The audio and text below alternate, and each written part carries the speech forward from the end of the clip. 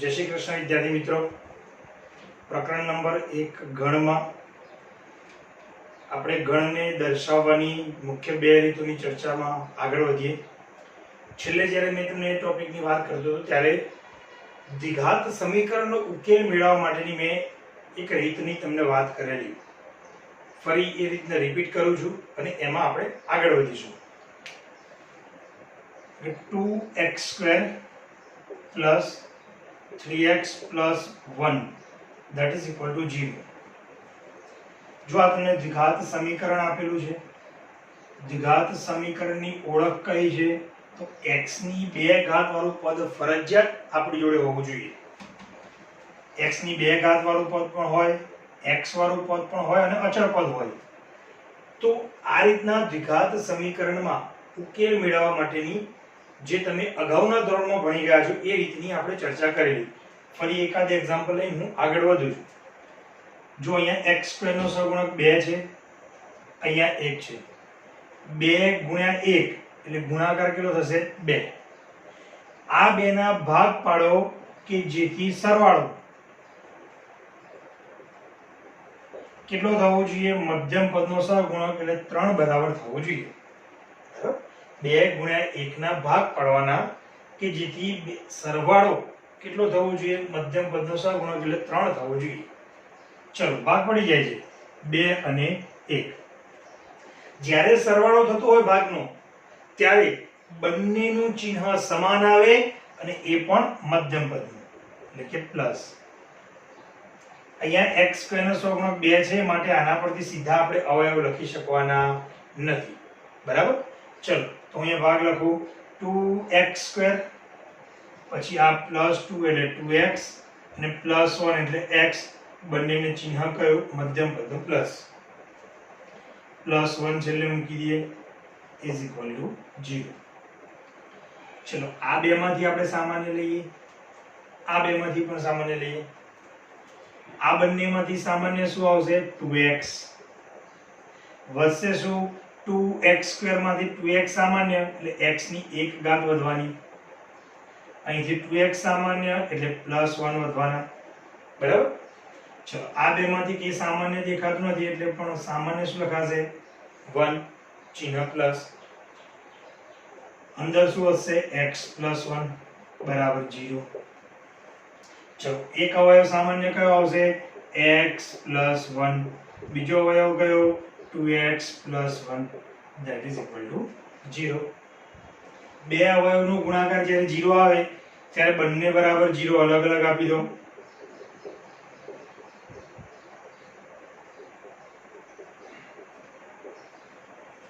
बराबर, चलो आना परथी x ની કિંમત મળશે 1 સામે લઈએ એટલે -1।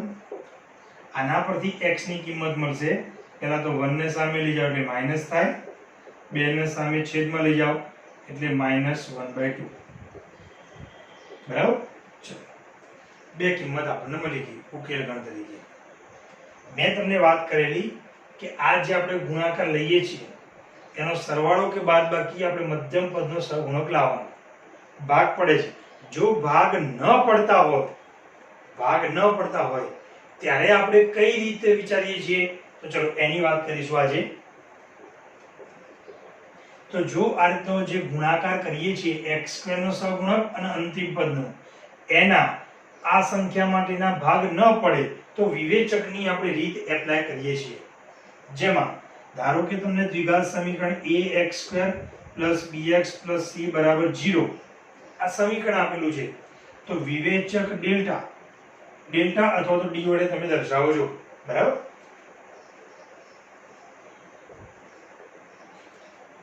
વિવેચક એનું સૂત્ર શું છે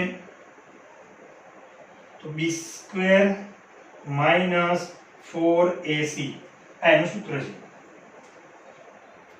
બરાબર, આના પરથી વિવેચકનું મૂલ્ય શોધ્યું, ત્યારબાદ આપણા બે બીજ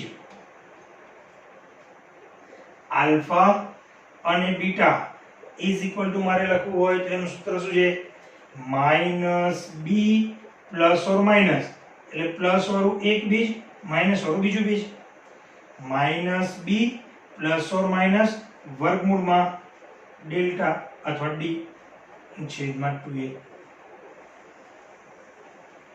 ઓકે વિદ્યાર્થી મિત્રો, ક્યારે આનો ઉપયોગ કરવાનો? તો આ જે આપણે સીધા ભાગ પાડીએ છીએ અને એ ભાગ ન પડતા હોય, બરાબર, સીધા ભાગ ન પડતા હોય ત્યારે આપણે d વિવેચક શોધીને, સૂત્ર શું છે? d અથવા ડેલ્ટા, સૂત્ર છે b² - 4ac. વિવેચક શોધ્યો, આલ્ફા બીટા બે બીજ હોય તો બે બીજનું સૂત્ર શું? -b ± વર્ગમૂળમાં ડેલ્ટા એટલે કે વિવેચક અને છેદમાં 2a. એક પ્લસ લો એટલે એક બીજ આલ્ફા અને માઈનસ લો એટલે બીજું બીજ બીટા. બરાબર છે? ઓકે, થોડી હું તમને અહીંયા બે બીજની પણ વાત કરી લઉં. ધારો કે હું આલ્ફા બીજ લખું છું -b વર્ગમૂળમાં ડેલ્ટા અપોન 2a, અને બીટા બીજ હું લખી દઉં -b વર્ગમૂળમાં ડેલ્ટા અપોન 2a. તો તમે જુઓ, હવે બંને બીજનો સરવાળો કરું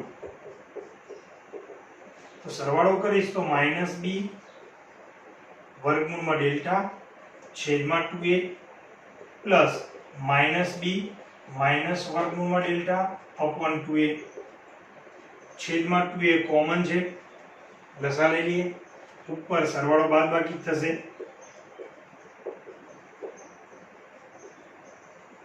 એટલે આ વર્ગમૂળ વાળું પદ ઉડી જશે. -b એટલે -2b અપોન 2a. 2 કેન્સલ એટલે આલ્ફા પ્લસ બીટા બરાબર જો શું મળ્યું? -b upon a. યાદ છે ને?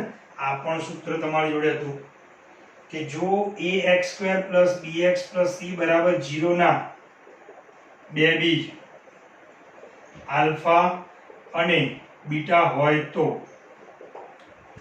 બે બીજનો સરવાળો. સેમ આ જ રીતે બે બીજનો ગુણાકાર પણ આપણે આવતો હતો. તો ચલો બે બીજનો ગુણાકાર શું મળે છે એ પણ જોઈ લઈએ. આ આલ્ફા અને આ બીટા. ઓકે, ચલો છેદમાં 2a * 2a ગુણાકાર એટલે 4a². બરાબર, 2 × 4 a * a એટલે a². ઉપર તમે ધ્યાનથી જુઓ ગુણાકાર.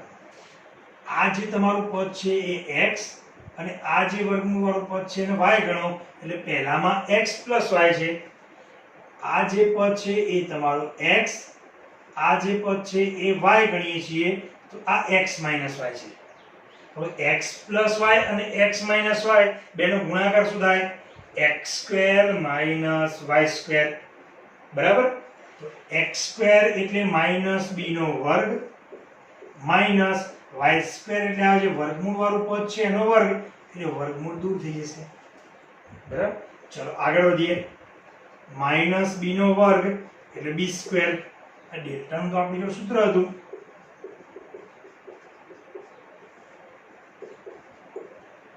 ચલો સાદુરૂપ આપીએ, માઈનસ અંદર ગુણી દઈએ.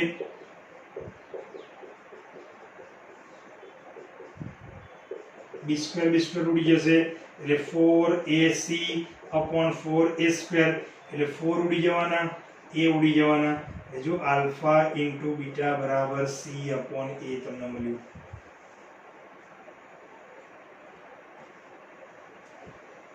ઓકે, એટલે બે બીજનો સરવાળો શું થાય? -b / a અને બે બીજનો ગુણાકાર c / a. જ્યાં a, b ને c શું છે? તો a શું છે? x² નો સહગુણક, b શું છે? તો x નો સહગુણક, અને c ને શું કહેવામાં આવે? અચળ પદ. બરાબર છે? એટલે ફાઇનલી ધારો કે મારે સૂત્ર લખવું હોય તો આલ્ફા પ્લસ બીટા બરાબર -b / a બરાબર માઈનસ b એટલે શું છે? તો x નો સહગુણક ટૂંકમાં લખી છે, છેદમાં a શું છે? તો x² નો સહગુણક. ઓકે, ચલો આલ્ફા * બીટા તો એ શું છે? c / a. c એટલે અચળ પદ અને a એટલે શું થશે? x² નો સહગુણક. ઓકે, આપણે ફક્ત આ સૂત્રો યાદ રાખવાના છે, પરંતુ આ મેં તમને સાબિતી પણ આપી. બરાબર? કેવી રીતના એ આપણને થોડો ખ્યાલ હોય તો બેટર છે. ઓકે, એટલે આજે જે થોડી વાત કરીશું કે જો કોઈ દ્વિઘાત સમીકરણના સીધા ભાગ ન પડતા હોય તો એમાં આપણે વિવેચકની રીત એપ્લાય કરીશું. વિવેચકની રીતની મદદથી પહેલા ડેલ્ટા અથવા ડી વિવેચક એનું મૂલ્ય શોધીશું. સૂત્ર છે d² - 4ac. ત્યારબાદ બે બીજનું સૂત્ર શું છે આલ્ફા અને બીટાનું, તો -b ± વર્ગમૂળમાં ડેલ્ટા અપોન 2a. યાદ રહેશે ને? ઓકે, ગમે ત્યાં આ દ્વિઘાત સમીકરણના ઉકેલો શોધવાના દરેક જગ્યાએ કોઈ પણ ચેપ્ટરમાં આપણે આવશે ને આવશે, માટે એની તમામ રીતો આપણને ખબર હોવી જરૂરી છે. ઓકે, ચલો બીજી જે મેં વાત કરી કે ધારો કે દ્વિઘાત સમીકરણના બે બીજ જે આલ્ફા અને બીટા કીધા છે, તો બે બીજનો સરવાળો મારો સીધો લખવો છે, તો સહગુણક ઉપરથી સરવાળો શું લખાય? Alpha plus beta is equal to -b upon a, અર્થાત -x નો સહગુણક છેદમાં a એટલે x² નો સહગુણક. એ જ રીતે બંને બીજનો ગુણાકાર શું લખાય? c અપોન a, અચળ પદ છેદમાં x² નો સહગુણક. બરાબર?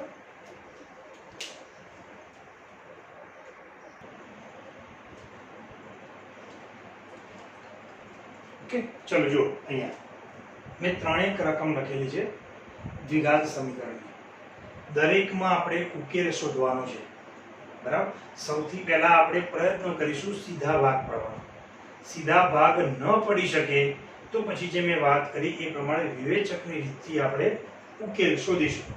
અને એ જે ઉકેલ મળે છે એ કેવી સંખ્યા તરીકે ગણાશે એની હું તમને માહિતી આપું. જો અહીંયા x² નો સહગુણક 1 છે એટલે એ ગણતા નથી આપણે. છેલ્લું અચળ પદ 2 છે એટલે 2 ના ભાગ પાડો એનું ચિહ્ન એટલે બાદ બાકી કેટલી થવી જોઈએ? 3. 2 ના ભાગ પાડવાના અને બાદ બાકી 3 થવી જોઈએ. 2 ના ભાગ પડે 2 એકા 2 પણ એનો સરવાળો 3 થાય છે, બાદ બાકી 3 થતી નથી. એટલે આપણે જે ભાગ પાડવા છે કે 2 ના ભાગ પાડો, આ અંતિમ પદ એટલું જે અચળ પદ છે એનું ચિહ્ન એટલે બાદબાકી, એટલે 2 ના ભાગ પાડો જેની બાદબાકી 3 થવી જોઈએ. એટલે 2 ના ભાગમાં બાદબાકી 3 થાય એવા ભાગ આપણને એક પણ મળતા નથી. માટે અહીંયા સીધા જે ભાગ પાડીએ છીએ એ ભાગ પડશે નહીં. નહીં પડે તો ચલો આગળ વધીએ. કઈ રીતથી? વિવેચકની રીતથી. તો સૌથી પહેલા હું સહગુણકો લખી દઉં. a બરાબર x² નો સહગુણક 1, b બરાબર x નો સહગુણક 3, c બરાબર અચળ પદ -2. ઓકે, ચલો ડેલ્ટા વિવેચક b² - 4ac. b² એ 3 નો વર્ગ 9 -4 a ની કિંમત 1 અને c ની કિંમત -2. ચલો સાદુરૂપ આપીએ. 9 માઇનસ પ્લસ 4 દુ 8, 9 ના કેટલા? 17. ઓકે, ચલો હવે બે બીજ લખીએ.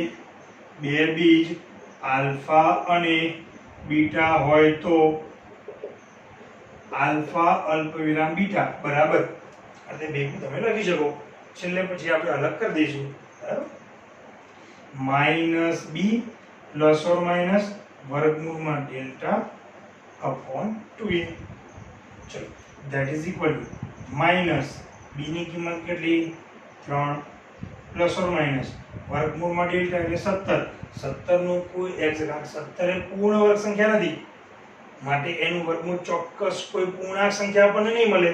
તેનું વર્ગમૂળ કાઢીને કોઈ પોઈન્ટ વાળી કિંમત લખવાની જરૂર નથી. વર્ગમૂળમાં 17 લખીશું છેદમાં 2a. a બરાબર 1 છે એટલે 2. એટલે અહીંયા આલ્ફા બરાબર જો મારે અલગ કરવું હોય તો કોઈ પણ એક આલ્ફા લઈ લઈએ. એટલે પ્લસ વાળું હું આલ્ફા લઈ લઉં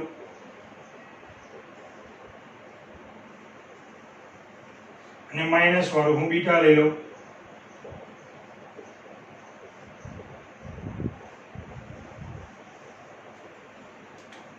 બરાબર? બે બીજ આપણે શોધી કાઢ્યા. હવે પ્રશ્ન કે આ બંને બીજ છે એ કેવી સંખ્યા કહેવાશે? n પ્રાકૃતિક સંખ્યા પૂર્ણ સંખ્યા ગણમાં z પૂર્ણાંક સંખ્યા, q અપૂર્ણાંક સંખ્યા, i આ બધાને મોટા મોટું r. આ બધામાંથી કયા ગણમાં આવેલ આ સંખ્યા ગણાશે? તો જો તમને હું ઓળખાવું. ધ્યાનથી જુઓ, વર્ગમૂળમાં 17. 17 એ કેવી સંખ્યા છે? અવિભાજ્ય સંખ્યા છે. બરાબર? 17 એ કેવી સંખ્યા છે? અવિભાજ્ય સંખ્યા. અને કોઈ પણ અવિભાજ્ય સંખ્યાનું વર્ગમૂળ એ હંમેશા શેમાં આવે? i માં. શેમાં આવશે? i માં. જેને આપણે કેવી સંખ્યા કહીએ છીએ? અસમય. તો જો એ સંખ્યા જો i માં આવતી હોય તો એને પછી ગમે તે કોઈ પૂર્ણાંક સંખ્યા વડે ગુણવામાં આવે, પૂર્ણાંક સંખ્યા ઉમેરવામાં આવે, પૂર્ણાંક સંખ્યા વડે ભાગવામાં આવે, એના દ્વારા જે પણ છેવટની સંખ્યા મળે એ કેવી ગણાય? i માં, એટલે અસમય જ ગણાય. ફરી એક વાર તમને કહું, √17 વર્ગમૂળમાં 17 કેવી સંખ્યા છે? અસમય. એટલે કયા ગણમાં? i માં આવેલ છે.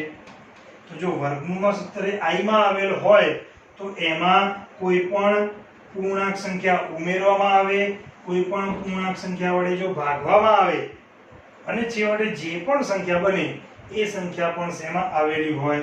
i માં. કારણ કે એ પણ કેવી ગણાય? અસમય જ ગણાય. કારણ કે એનો મેન એક જે ભાગ છે એ અસમય છે. માટે બાકીને કોઈ પ્લસ માઇનસ કે ભાગવાથી સમય થવાની નથી. બરાબર છે? ઓકે, ખ્યાલ આવ્યો? એટલે જ્યાં પણ અસમય સંખ્યા આવેલી હોય એના દ્વારા જે આખી સંખ્યા બને છે એ પણ શું ગણાશે? અસમય. એટલે બિલોંગ્સ ટુ i. આ પણ શું ગણાશે? Belongs to i. ધ્યાનમાં રાખજો. એટલે n, w, z કે q માં આ ઉકેલ આપણને મળતા નથી. બરાબર છે?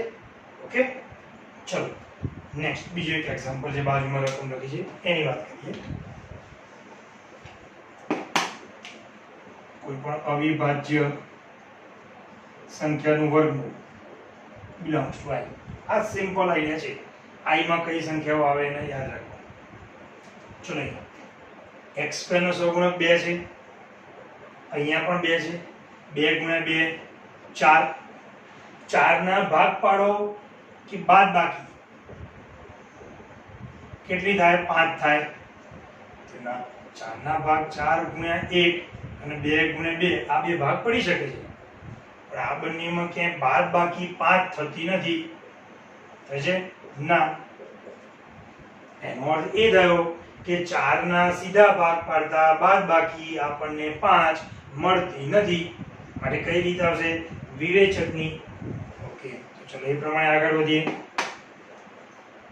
a બરાબર x² નો સહગુણક, b બરાબર x નો સહગુણક અને c એટલે કે અચળ પદ ચિહ્ન સહિત. બરાબર? ચિહ્ન ક્યાંય રહી ના જાય એ ધ્યાન રાખજો. ચલો ડેલ્ટા b² - 4ac, b² 5 નો વર્ગ 25 - 4, a ની કિંમત 2, c ની કિંમત -2. ચલો અહીંયા માઇનસ માઇનસ પ્લસ. 4 દુ 8, 8 દુ 16. ઓકે, ચલો બેનો સરવાળો કરી દો. 2 3 4 41. વિવેચકનું મૂલ્ય આપણને કેટલું મળ્યું? 41. બે બીજ આલ્ફા અને બીટા હોય તો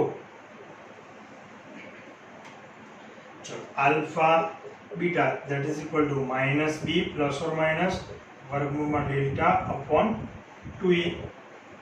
ઓકે, ચલો -b એટલે -5 પ્લસ ઓર માઇનસ વર્ગમૂળમાં 41 છેદમાં 2a. a એટલે 2 છે, 2a કેટલા થશે? 4. બે બીજ મળી ગયા.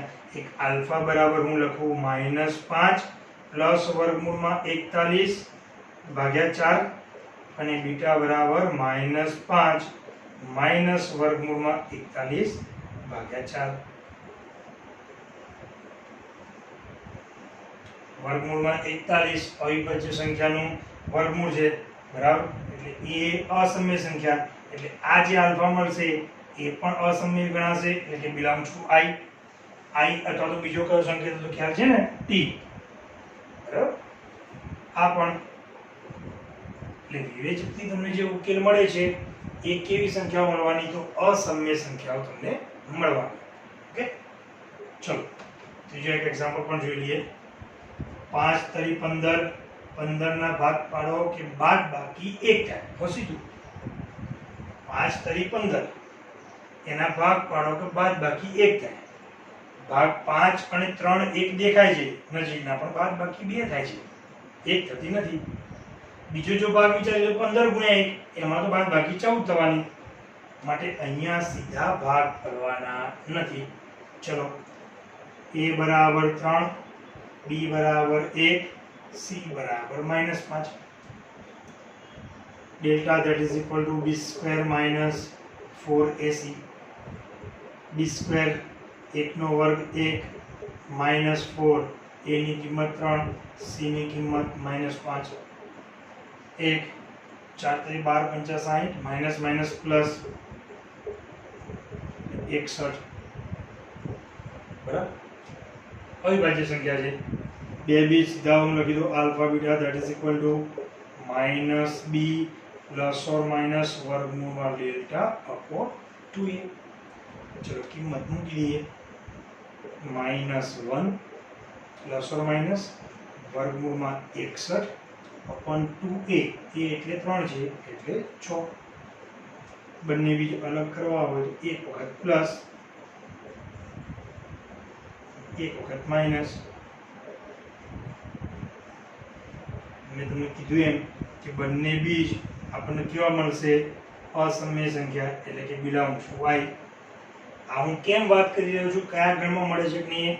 કારણ કે આને આપણે ગુણધર્મ સ્વરૂપમાં જો લેવાનું હોય કે ગુણધર્મ તમને આ રીતનો આપેલો હોય અને કીધું હોય કે x belongs to z. Okay, જલ્દી સાંભળજો. આ જે વાત કરી રહ્યો છું એ છેવટે તો હું તમને આગલા ધોરણનો ટોપિક શીખવાડી રહ્યો છું, પરંતુ આપણે શેમાં લેવાનો છે? ગુણધર્મને યાદી સ્વરૂપમાં ફેરવવામાં. કે તમને આપેલું છે કે ગણ એનો આ ગુણધર્મ છે, x ઘટકો શોધવાના છે અને x belongs to z કહ્યું છે. તમે ભાગ પડ્યા, સીધા ભાગ ના પડ્યા, વિવેચકથી કિંમત શોધી, બે જવાબ મળ્યા. બંને જવાબ શેમાં મળશે? i માં. જે બંને જવાબ z ના ગણાશે નહીં. અને જો ગણને યાદી સ્વરૂપે લખવું હોય તો એ શું લખાશે? ખાલી ગણ. બરાબર, માટે કયા ગણમાં મળે છે એ આપણને ખબર હોવી જોઈએ. બરાબર, ચલો આગળ વધીએ.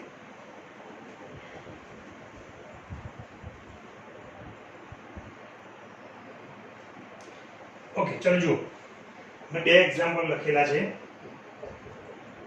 હવે હું પ્રોપર ગણ પર આવું. ગણ p that is equal to x કે જ્યાં આવો સંકેત સ્લેશ પણ વાપરી શકીએ છીએ અથવા અંતે બે પોઈન્ટ જેને આપણે કોલમ કહીએ છીએ. x² + x + 1 = 0 અને x belongs to કેવી? r. અહીંયા પણ સેમ એવું દ્વિઘાત સમીકરણ x belongs to z કહ્યું છે. ઓકે, બીજું હું તમને દ્વિઘાત સમીકરણમાં એક પોઈન્ટની વાત કરી દઉં. તમે વિવેચક શોધ્યો તો એ વિવેચકની કિંમત કેવી છે એના આધારે તમારા બીજ કેવા મળશે એ પણ આપણે કહી શકીએ. એટલે હું એની થોડી વાત કરી લઉં. જો વિવેચકનું મૂલ્ય એક્ઝેક્ટ 0 હશે, એક્ઝેક્ટ 0, તો આપેલ દ્વિઘાત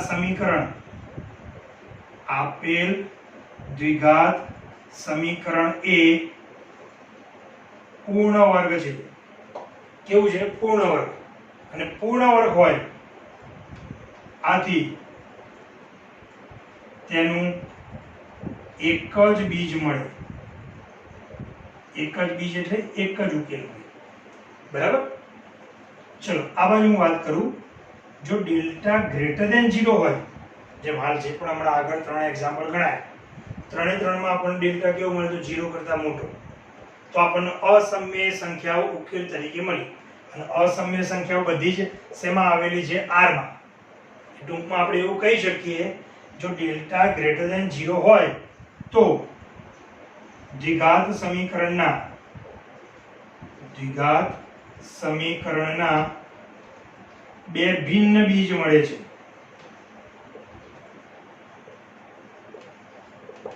ઓકે, હમણાં ત્રણ એક્ઝામ્પલમાં આપણે શોધ્યું. બે ભિન્ન, એ પણ કેવા પાછા વાસ્તવિક બીજ, એટલે આપણે વાસ્તવિક કહીશું. બે ભિન્ન વાસ્તવિક બીજ મળે છે. કારણ કે જે સંખ્યા મળે છે એ આપણને કેવી મળે છે? વાસ્તવિક સંખ્યા, અર્થાત અસમ્ય. એવું જરૂર નથી કે દર વખતે અસમ્ય મળે, બરાબર? જ્યાં પરફેક્ટ તમને ખબર જ હોય કે ભાગ નથી જ પડતા અને તમે વિવેચકની રીત એપ્લાય કરો છો તો અસમ્ય મળશે, બરાબર છે? બાકી વિવેચકની રીત તમે કોઈ પણ જગ્યાએ ભાગ પડતા હોય તો પણ તમે એપ્લાય કરી શકો, બરાબર? આ રીતના જે પણ છે એ એક્સ્ટ્રા કેટલાક વધારે એક્ઝામ્પલ હું તમને ગણીને નોટ સ્વરૂપે તમને હું મોકલીશ, જેથી અહીંયા આપણે વધારે આ ટોપિકમાં ઊંડાણમાં ન જઈએ અને આગળ વધી શકીએ, બરાબર છે? Delta less than 0. જો વિવેચકનું મૂલ્ય લેસ ધેન 0 મળ્યું તો દ્વિઘાત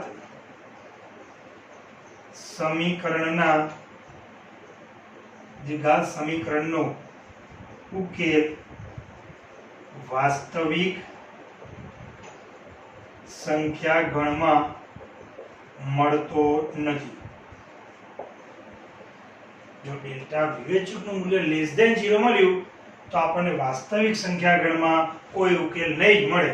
પછી ત્યાંથી આગળ વધવાની કોઈ જરૂર નથી. એનું કારણ પણ શું તમને કહ્યું? જો ડેલ્ટા લેસ ધેન 0 મળ્યો, ધારો કે ડેલ્ટા બરાબર -5 મળ્યા, તો તમે વિચારો આલ્ફા અને બીટાના સૂત્રમાં તમારે વર્ગમૂળમાં ડેલ્ટા લખવાના થાય છે, એટલે એનો અર્થ કે વર્ગમૂળ -5 અને ઋણ સંખ્યાનું વર્ગમૂળ ન મળે એ વાત તો આપણે પહેલા પણ એક વખત કરેલી છે કે ઋણ સંખ્યાનું વર્ગમૂળ વાસ્તવિક સંખ્યા ગણમાં મળતું નથી, બરાબર છે? એના માટે આગળ જતા ધોરણ 11 માં એક નવો આપણે સંખ્યાગણ શીખવાનો છે, સંકર સંખ્યાગણ. પરંતુ હાલ વાસ્તવિક સંખ્યાગણમાં મળતો નથી, બરાબર?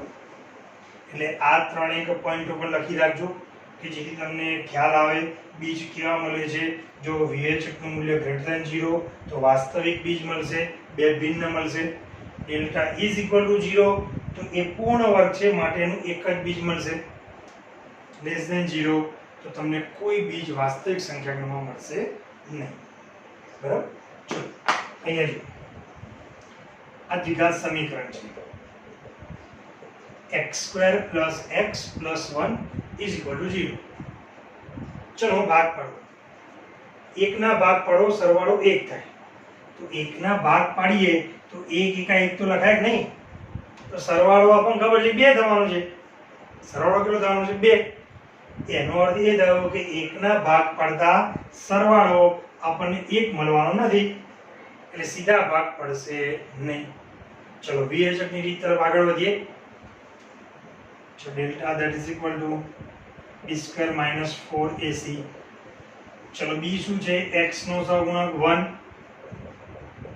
4 a ની કિંમત એટલે x² નો સહગુણક 1, c ની કિંમત એ પણ 1.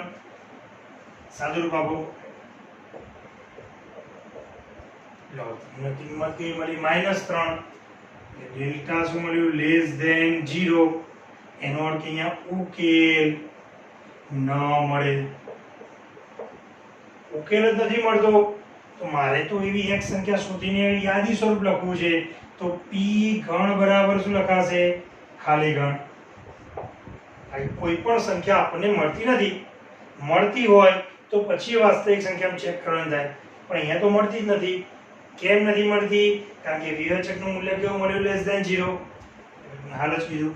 ઓકે, એટલે આ વસ્તુ થિયરેટિકલ પોઈન્ટ હમણાં જે દ્વિઘાતની વાત કરી એમાં જોડે લખી દેજો, પછી ક્રમમાં એક્ઝામ્પલ લેજો, બરાબર? ઓકે, ચલો આમાં છે. અહીંયા સહગુણક 1 છે, અહીંયા 3 છે. 3 × 1 એટલે 3. ભાગ પાડો કે સરવાળો 6 થાય. 3 ના ભાગ તો 3 એકા 3, સરવાળો 4 થાય છે. 6 સુધી પહોંચવાનો નથી એટલે અહીંયા પણ ભાગ સીધા પડતા નથી. ચલો વિવેચકની રીતમાં આગળ વધીએ. સીધું જ ડેલ્ટા વિવેચકનું મૂલ્ય શોધું છું, બરાબર? b ની કિંમત કેટલી છે? ચલો બાજુમાં લખી દઉં. a બરાબર 1, b બરાબર -6, c બરાબર 3. ઓકે, ઓકે ચલો b સ્ક્વેર માઇનસ 6 નો વર્ગ એટલે તો પ્લસ થઈ જશે 36 માઇનસ 4 a ની કિંમત 1 c ની કિંમત 3 ઓકે ચલો 4 તરી 12 એટલે 24 વધશે મૂલ્ય પોઝિટિવ છે માટે આપણને બે બીજ મળશે વાસ્તવિક સંખ્યા તરીકે ચલો આગળ વધીએ આલ્ફા બીટા બે બીજ બરાબર સૌથી પહેલા ચલો સૂત્ર હું લખી દઉં સૂત્રમાં કિંમત મૂકીએ માઇનસ 6 માઇનસ બી એટલે minus minus plus 6 plus or minus વર્ગમૂળમાં 24 છેદમાં 2a એટલે 1 છે એટલે છેદમાં 2 આ 24 જો 24 એ અવિભાજ્ય સંખ્યા નથી બરાબર તો તમે એમ થાય શું સાહેબ આ ને આજે જે અસમય સંખ્યા નહીં મળે ના જો શું થાય છે 24 છે પણ 24 નું વર્ગમૂળ પૂર્ણાંક સંખ્યા નથી કારણ કે 24 એ કોઈ પૂર્ણ વર્ગ સંખ્યા નથી માટે એનું જે વર્ગમૂળ છે એ કોઈ એક્ઝેક્ટ પૂર્ણાંક સંખ્યા નહીં મળે શું મળે છે અને અતિ સંક્ષિપ્ત રૂપમાં શું લખી શકાય તો એની વાત આ 24 માં કોઈ પૂર્ણ વર્ગ સંખ્યા છે તો છે 4 એટલે 24 બરાબર શું લખું 4 ગુણ્યા 6 4 નું વર્ગમૂળ લઈને બહાર મૂકો એટલે કેટલું થાય 2 6 નું વર્ગમૂળ ના આવે તો એને એમ રાખો બરાબર છે ઓકે ચલો અહીંયા કિંમત મૂકી દઈએ એટલે 6 પ્લસ ઓર માઇનસ વર્ગમૂળમાં 24 એટલે 2√6 છેદમાં 2 જો 2 કોમન આવીને ઉડી જાય છે એટલે 3 પ્લસ ઓર માઇનસ અહીંથી 2 ઉડશે અહીંથી 2 ઉડે એટલે 3 વધે પ્લસ ઓર માઇનસ અને અહીંથી શું વધે √6 આ મળ્યું આલ્ફા બીટા બરાબર એટલે આલ્ફા બરાબર જો મારે લખવું હોય તો 3 પ્લસ √6 અને બીટા બરાબર 3 માઇનસ √6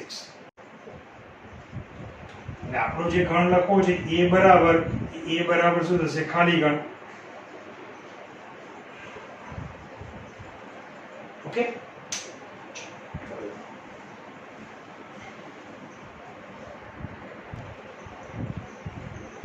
ઓકે ચલો જો આગળ હવે વાત કરીશું શેષ પ્રમેયની રીતની આ પણ એક અવયવ પાડવા માટેની રીત છે જે તમે આગલા ધોરણોમાં શીખીને આવ્યા છો આ પણ અહીંયા આપણે ગમે ત્યાં કોઈ પણ ચેપ્ટરમાં ઉકેલ શોધવા માટે અવયવ પાડવા માટે આપણને કામમાં લાગે છે માટે આનું પણ એક વખત આપણે રિવિઝન કરી લઈએ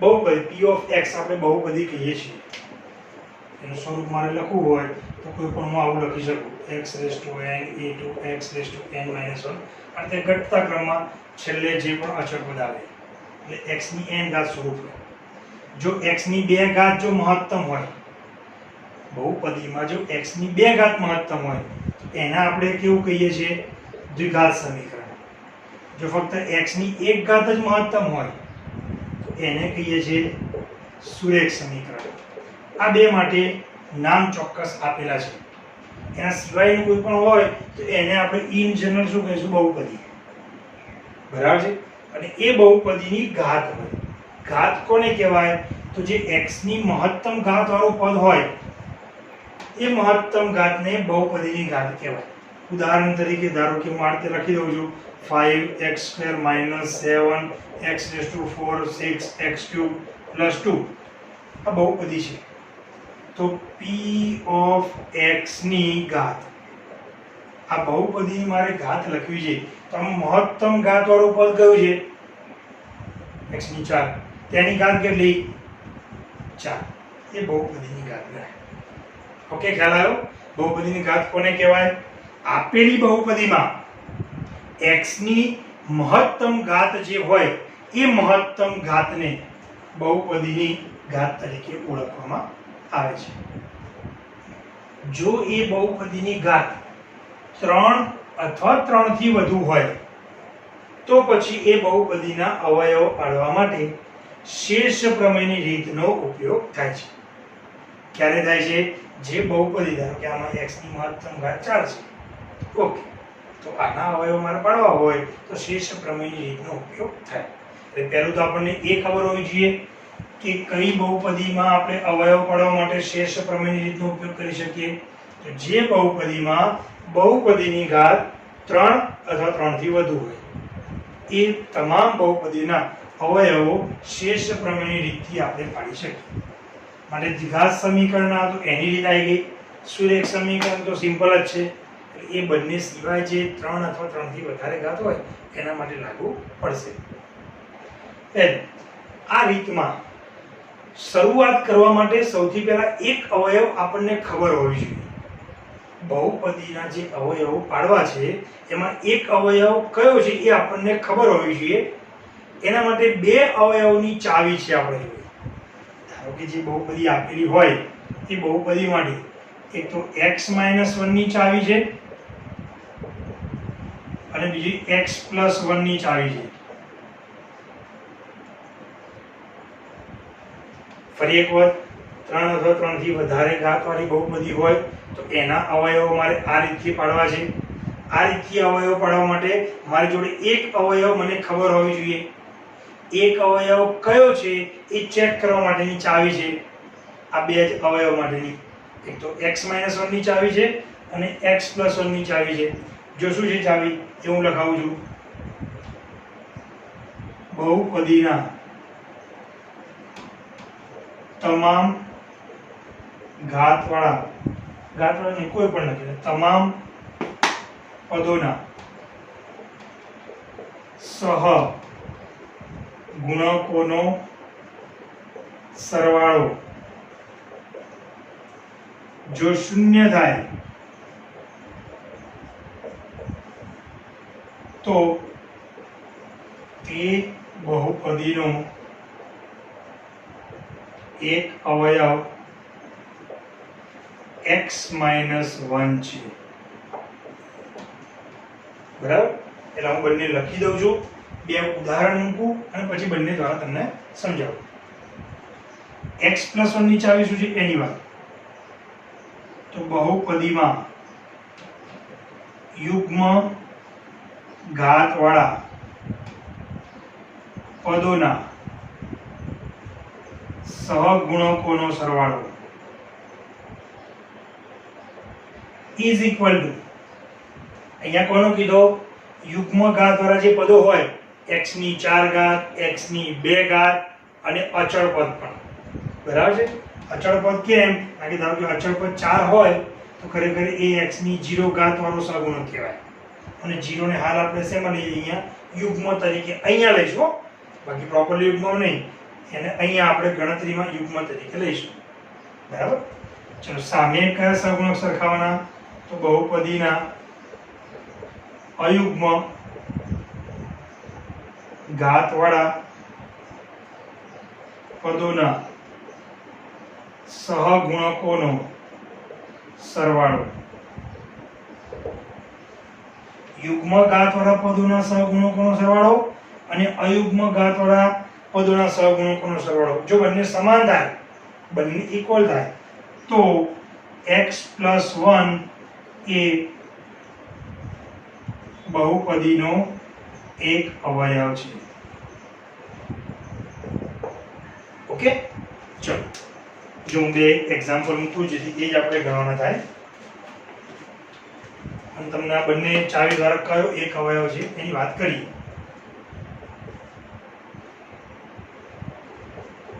x³ + 6x² + 11x + 6. ઓકે, આ લખું છું second.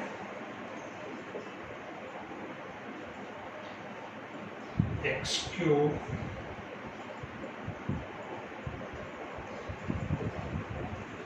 +7x² - 9x -4x³ + 7x² - 9x and -12 that is equal to 0. Okay, ચલો જો ફરી એક વાર 3 કે 3 થી વધુ ઘાત માટે જે બહુપદી આપેલી હોય એના અવયવ પાડવા માટે શેષ પ્રમેયની રીતનો ઉપયોગ થાય.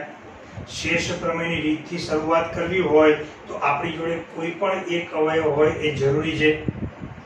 બે અવયવની ચાવી છે કે એ તમે ચાવી દ્વારા ચેક કરો એ લોક ખુલે છે કે નહીં એ ખબર પડે, એટલે બેમાંથી કયો અવયવ છે એ ખબર પડી જાય।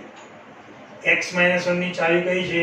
તો તમામ પદોના સહગુણકોનો સરવાળો શું થવો જોઈએ? 0। x + 1 ની ચાવી શું છે? તો યુગ્મ ઘાતવાળા એટલે બેકી ઘાતવાળા, યુગ્મ એટલે બેકી ઘાતવાળા પદોના સહગુણકોનો સરવાળો એક બાજુ કરો, અયુગ્મ ઘાતવાળા એટલે એકી ઘાતવાળા પદોના સહગુણકોનો સરવાળો કરો। જો બંને ઇક્વલ થાય તો x + 1 એ એક અવયવ છે। જો અહીંયા ધારો કે જે પહેલો એક્ઝામ્પલ છે, હું તમામ સહગુણકોનો સરવાળો કરું છું, તો 1 + 6 + 11 અને +6 ચિહ્ન સાથે તમે જોઈ શકો છો ક્યાંય માઇનસ નથી એટલે 0 થવાનું નહીં। 11 ને 12 12 એટલે 24 થાય છે, does not equal to 0।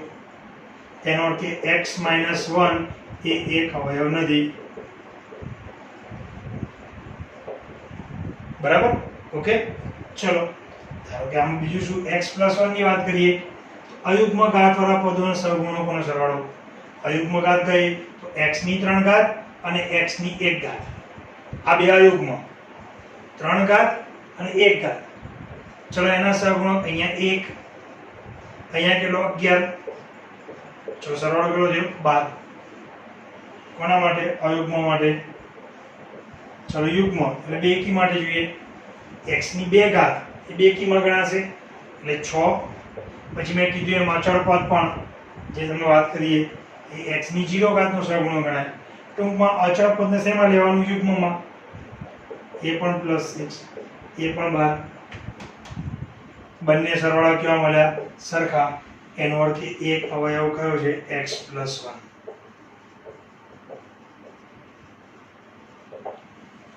Okay, બરાબર? એટલે પહેલામાં એક અવયવ કયો થઈ ગયો? x + 1। ચલો બીજા માટે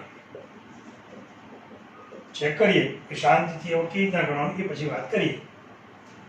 ચલો અહીંયા સીધો સરવાળો કરી પહેલા, 7 નો 4 11, 11 - 9 એટલે +2 અને -12, +2 અને -12 -10 does not equal to 0, શૂન્ય થતું નથી, માટે x - 1 એક અવયવ નથી। બરાબર? જો શૂન્ય થાય તો x - 1 એક અવયવ।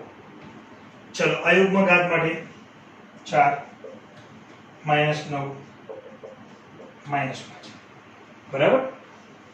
યુગ્મ ઘાત 7 અચળ પદ -12 -5, એટલે ટૂંકમાં યુગ્મ ઘાતના પદોના સહગુણકોનો સરવાળો અને અયુગ્મ ઘાતના સહગુણકોનો સરવાળો બંને સરખો થાય છે, એટલે અહીંયા પણ x + 1 એ એક અવયવ છે। બરાબર? ચલો આમાં થોડો સુધારો કરું અને આપણે જોઈએ, ખાલી -2 લખી દો, -2, બરાબર? તો 7 નો 4 11, 11 - 9 એટલે +2 -2, તો સહગુણકોનો સરવાળો 0 થઈ જાય, તો એક અવયવ કયો? x - 1। બરાબર? એટલે -2 વાળો પણ આપણે એક્ઝામ્પલ ગણી કાઢીએ હમણાં, અને -12 વાળો પણ ગણીએ, અને આ ત્રણેક એક્ઝામ્પલ આપણે ગણીએ। બરાબર છે? હવે એક અવયવ નક્કી કર્યા પછી કેવી રીતના ગણવાનું, ચલો એની વાત કરીએ।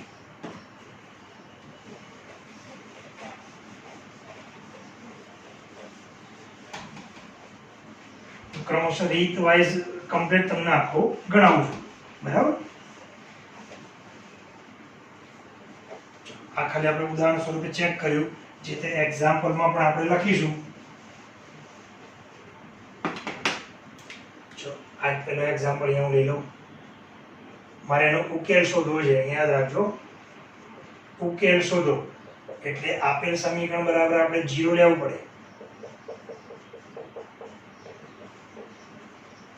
ઓકે, એક એક્ઝામ્પલ આ, અને બીજું છે અહીંયા જે -2 વાળો છે, બંને અવયવનો હાલ તો હું એક એક્ઝામ્પલ લઉં।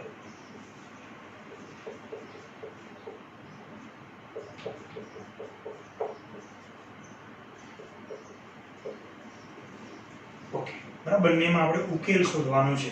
બરાબર? ઉકેલ શોધવા માટે તમને હજુ પણ કહું કે હાલ આપણે પહેલા અવયવ જ પાડતા શીખીએ, પછી ઉકેલની વાત કરીએ। ચલો પહેલા હું આના અવયવ પાડતા તમને શીખવાડું। જો અહીંયા સીધો તમે સહગુણકોનો સરવાળો કરશો એટલે ખ્યાલ આવી જશે કે શૂન્ય તો થતો નથી, માટે x - 1 તો સીધું તમને સહગુણકોના સરવાળા બાદબાકી પરથી ખ્યાલ આવી જાય. x + 1 છે કે નહીં, તો એના માટે અયુગ્મ માટે 1 + 11 that is equal to 12. યુગ્મ માટે 6 + 6 તો 12.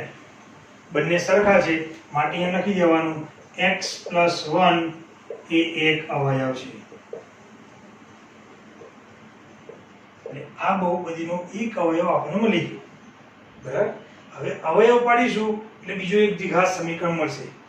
કેવી રીતના અવયવ પાડવાના આવું ધ્યાનથી જુઓ. હું જેવા દોરીશ ને એટલે ઘણાને રીત યાદ આવશે કે ઓકે સાહેબ આ યાદ આવે. બરાબર. ચલો, આપણો એક અવયવ કયો હતો? x + 1. x + 1 એક અવયવ હોય તો અહીંયા -1 લખી દેવાનું. અહીંયા શું લખવાનું? -1. જો x - 1 એક અવયવ હોય તો અહીંયા +1 લખવાનું, વિરોધી જેવું. બરાબર. x + 1 હોય તો અહીંયા શું લખવાનું? -1.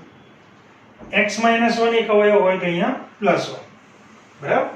ચલો આગળ.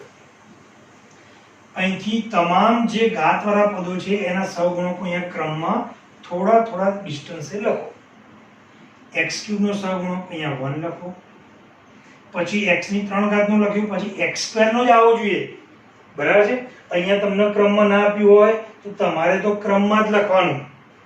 જો કોઈ પદ નથી જ આપેલું તો એનો સહગુણક શું ગણાશે? 0. રહી ના જાય, ધ્યાન રાખજો. બરાબર છે. ચલો, અહીંયા x² નો છે સહગુણક એટલે 6. અહીંયા x નો સહગુણક 11 અને છેલ્લું અચળ પદ 6.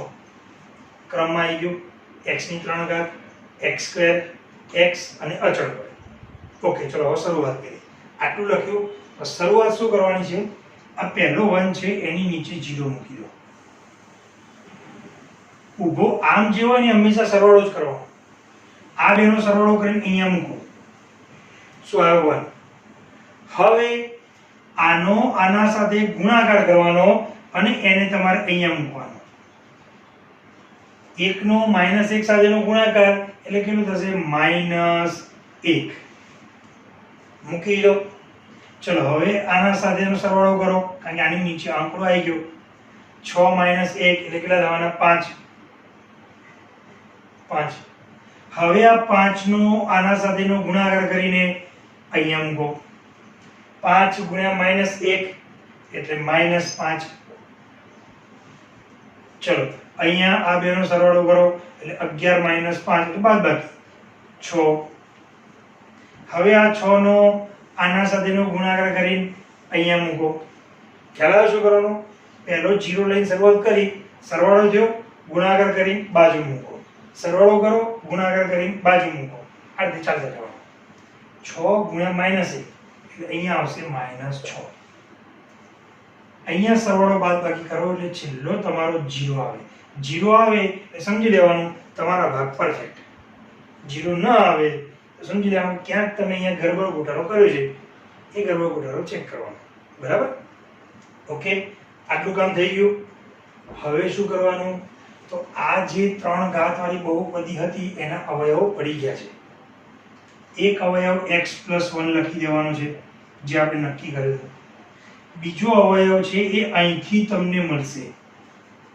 બરાબર. જો શું મળે છે ધ્યાનથી જુઓ.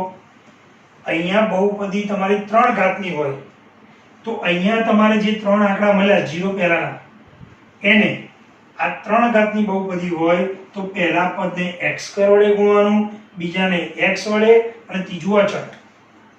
આ જે ગુણીને લખી દેવાનું એ તમારો બીજો અવયવ.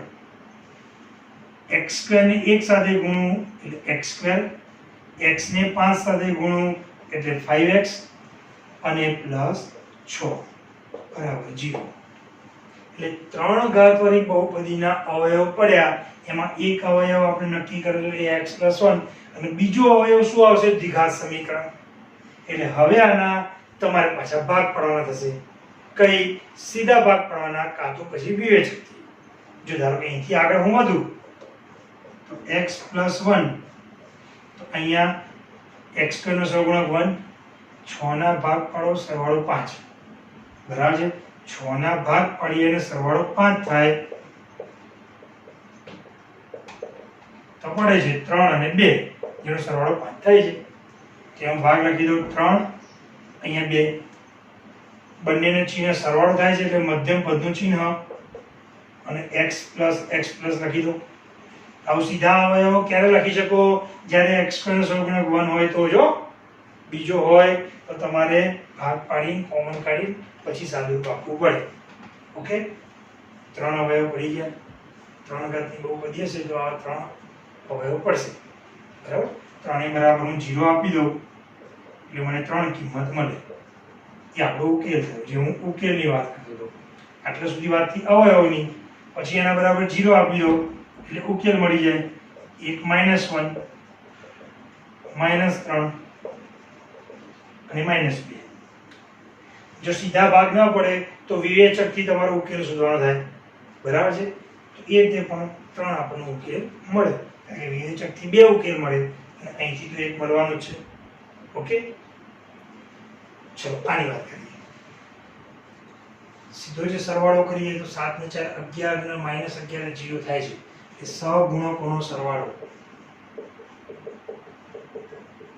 4 + 7 - 9 - 2, 11 - 11 બરાબર 0. એટલે એનો અર્થ x - 1 એ એક અવયવ છે. ઓકે, ચલો એક અવયવ નક્કી થઈ ગયો. શરૂ કરીએ આપણે. અહીંયા x - 1 એટલે અહીંયા શું મૂકવાનું? +1. સહગુણકો ક્રમમાં પહેલા 3 ઘાત વાળા, પછી 2 ઘાત વાળાનો સહગુણક, પછી 1 ઘાત વાળો ચિહ્ન સાથે. એના કપડા કહેવાય, કપડા ઉતાર નહીં દેવાના. અચળ પદ -2. જો કોઈ પદ ન હોય, ધારો કે એ નથી, તો x નો સહગુણક લખ્યો પછી 0 આવે, પછી અચળ પદ આવે. ઓકે, મારા શબ્દો ધ્યાનમાં રાખજો. પહેલા નીચે 0, ઊભો સરવાળો, આ બેનો ગુણાકાર થઈને અહીંયા 4 × 4, 7 ને 4 11, આ બેનો ગુણાકાર થઈને અહીંયા એટલે 11 × 1 એટલે 11, 11 - 9 +2, 2 નો આના સાથેનો ગુણાકાર અહીંયા, છેલ્લે તમે જો 0 આવી જાય છે. ડન. 0 આવે એટલે ભાગ કમ્પ્લીટ. અહીંયા અવયવ મારે લખવો હોય તો એક અવયવ x - 1. બીજો ફરી એક વાર હું શીખવાડું છું. તમારી બહુપદીમાં મહત્તમ ઘાત 3 ઘાત હોય તો અહીંયા તમારે પહેલાને x² વડે ગુણવાના, બીજાને x અને ત્રીજું અચળ પદ. બરાબર? ઓકે, ખ્યાલ આવી ગયો? જો x ની 4 ઘાત હોય તો અહીંયા 3 ઘાત, પછી 2 ઘાત, પછી 1 ઘાત અને પછી અચળ પદ. બરાબર? એટલે ક્રમમાં ગુણી અહીંયા સમીકરણ લખી દેવાનું. ચલો અહીંયા મળશે 4x² + 11x + 2 બરાબર 0. આ તમને દ્વિઘાત સમીકરણ મળ્યું છે. 4 × 2 = 8, 8 ના ભાગ પાડો સરવાળો 11. હવે 8 ના ભાગ વિચારીએ તો 8 × 8 થાય, 4 × 2 = 8 થાય, સરવાળો 11 થતો નથી. માટે અહીંથી કઈ રીતથી અવયવ પાડવાના આવશે? વિવેચકની રીતથી. વિવેચકની રીતથી તમે અવયવ પાડશો એટલે x ની બે કિંમત જો આલ્ફા બીટા લખીએ છીએ એ બંને x બરાબર કહેવાય. બરાબર? કારણ કે આપણે ઉકેલ x નો શોધી રહ્યા છીએ. આલ્ફા બીટા બે બીજવાના એટલે એક આલ્ફા અને બીજો બીટા. અને અહીંથી x બરાબર કેટલા 1. આ રીતે તમને 3 ઉકેલ મળશે. ઓકે, આની પણ અવયવ પાડવાની પ્રેક્ટિસ કરી લેજો જેવું તમને આપ્યું હોમવર્કમાં. બરાબર? બધું હવે નેક્સ્ટ લેક્ચરમાં જોઈએ.